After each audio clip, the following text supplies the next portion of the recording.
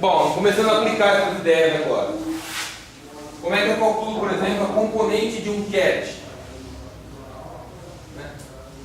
Na base discreta, eu tinha uma coisa desse tipo assim.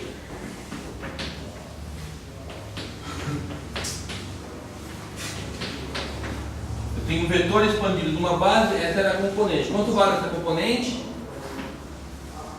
CI é o I, φ, né? CI era o produto escalar de UI por psi. Aquela coisa de você projetar o vetor na direção daquele elemento da base. Né? Como que isso fica aqui? Eu tenho aqui, em vez de eu ter uma soma, eu tenho uma integral, onde eu também faço isso. Né?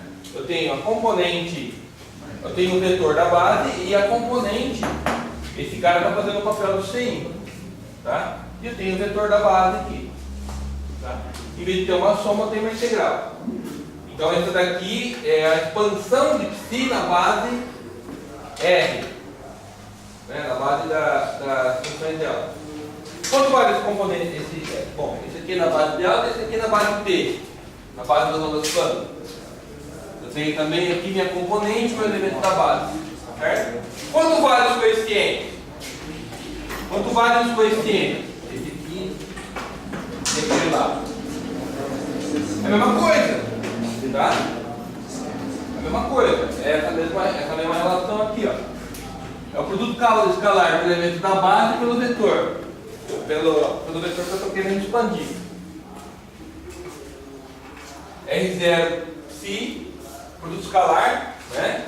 Definição de produto escalar, nós fizemos lá atrás. A função estrela multiplicada pela essa função integrada em todo o espaço. Essa função é a função delta de Dirac. Essa aqui qual que é a propriedade fundamental da função delta de Dirac? Você integra ela por multiplicada por uma função, dá a função calculada nesse ponto. Propriedade fundamental da delta de Dirac. Eu provei para vocês algumas aulas atrás. Tá? Então, essa integral dá essa função calculada nesse ponto. Ou seja, o coeficiente dessa função, dessa base dela vai ver, porque essa função calculada nesse ponto. É psi de R0. Se eu projetar na base de momento, o coeficiente, agora a função, em vez de ser uma delta de Dirac, é uma onda plana. O que é isso daqui? Isso aqui é a definição de transformada de Fourier. Por definição, isso aqui é uma transformada de Fourier. Nós vimos lá no capítulo 1, no começo do capítulo 2. Tá? Então, isso aqui é psi barra de P0. Ou seja, o que eu estou mostrando? Estou mostrando que, na linguagem de base cat, eu estou recuperando uma interpretação anterior que eu tinha. Como eu tinha falado no começo da aula, eu estou reinterpretando essas coisas como sendo, isso aqui agora para mim são coeficientes da expansão dessa função de onda, desse cat, dessas bases. Quando eu expando na base R, eu tenho simplesmente a função que é. Quando eu expando na base P, eu tenho a transformada de Fourier, ou seja, a representação, a função do espaço de momento. Tá? Ou seja, eu estou fazendo uma releitura. Eu estou dizendo para vocês que, eu tinha falado isso na verdade para vocês no começo do capítulo, que quando você escreve uma função de onda, isso já é um caso particular de uma representação específica na linguagem de Brad e Cat. Tá? Escrever psi de R, como vocês fizeram a vida toda em física moderna, na verdade você estava usando uma representação. Essa representação das ondas das Dirac. E quando vocês olhavam para o espaço de momento, transformada de Fourier, você está olhando a representação das duas coisas. Então, eu estou fazendo uma releitura dessas coisas na linguagem de Brad e Cat. Veja como isso surge naturalmente do formalismo que nós construímos. Ou seja, esse formalismo ele é mais amplo do que essas ideias que vocês tinham visto. Ele engloba essas ideias como um caso particular. Aí você vai falar, mas você só está reescrevendo o negócio então? Por enquanto. Porque logo eu vou precisar, por exemplo, logo eu vou precisar escrever spin. O spin do elétron não tem como escrever como função de R, né? Não é uma variável contínua. Mas nessa linguagem eu consigo descrever. Na linguagem de psi de R, usando uma função de R, eu não consigo descrever o grau de liberdade de spin. Vocês já viram R de spin? Não existe. Spin é um valor discreto, para cima e para baixo, por exemplo, no caso da R. Nessa linguagem do Brad-Kettling, a representação é muito natural. A gente vai ver isso aí. Então ela pega isso, não é só simplesmente não sou só reescrevendo. Eu estou mostrando que é uma linguagem que tem isso daqui como caso particular, mas ela é mais poderosa, é muito mais ampla. Então, psi de R e psi de P, isso aqui é um índice mudo agora, né? Agora eu vou reconhecer que isso daqui é um índice mudo, R0, R, P0, P. Eu vou reconhecer que isso daqui simplesmente é a minha psi de R e minha transformada de Fourier usuária. Agora eu vou descartar essa nomenclatura de P0, R0 e eu vou dizer, pô, mas esses parâmetros na verdade nada mais são do que a minha posição no momento.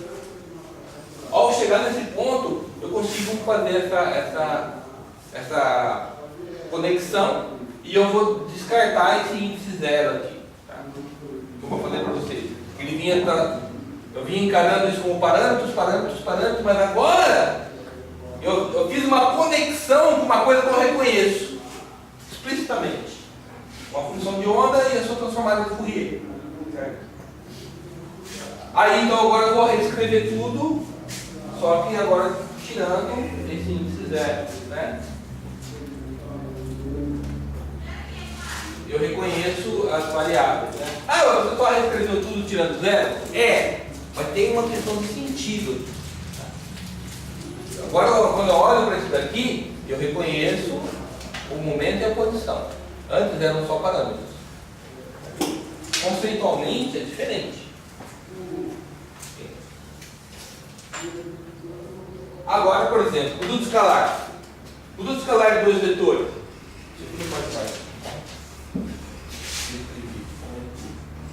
Produto escalar de dois vetores. Como que eu faço? Eu vou pegar e colocar uma relação de fechamento aqui, ó.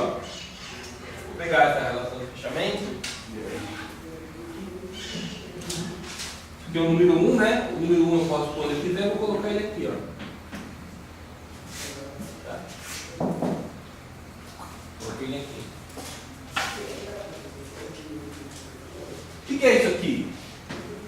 Isso aqui, né? Está invertida a ordem, é o complexo conjugado, né? Isso.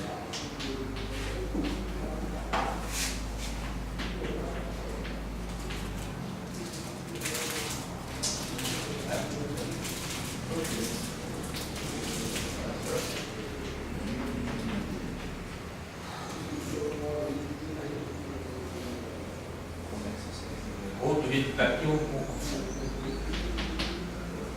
definição elementar, né, de escalar. Então esse cara aqui nada mais é do que psi estrela. Né? Se esse cara é psi, esse cara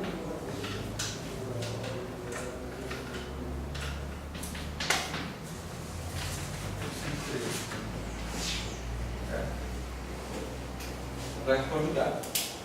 Então, esse cara é psi estrela e esse cara é o psi. Mas isso daqui não é a definição do subproduto escalar desde o início? Mas lá atrás, o que eu fiz para vocês? Você olhar na nota de aula, eu defini desse jeito. Eu cheguei a fazer para vocês, o produto escalar é isso. Aqui eu não preciso definir mais.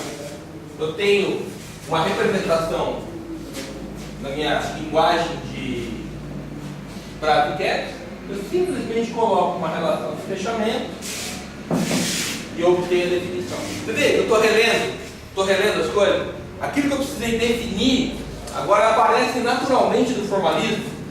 Eu não preciso mais definir. Mesma coisa aqui, ó.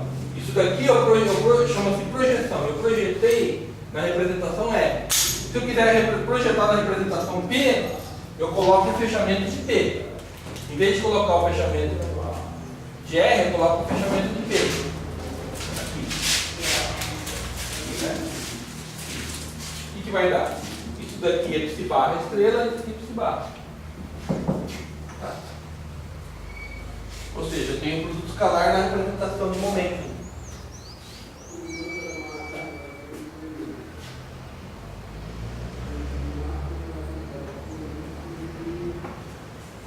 Isso aparece naturalmente no formalismo agora, quando eu digo esses caras são uma base, eles têm uma relação de ortogonalidade e uma relação de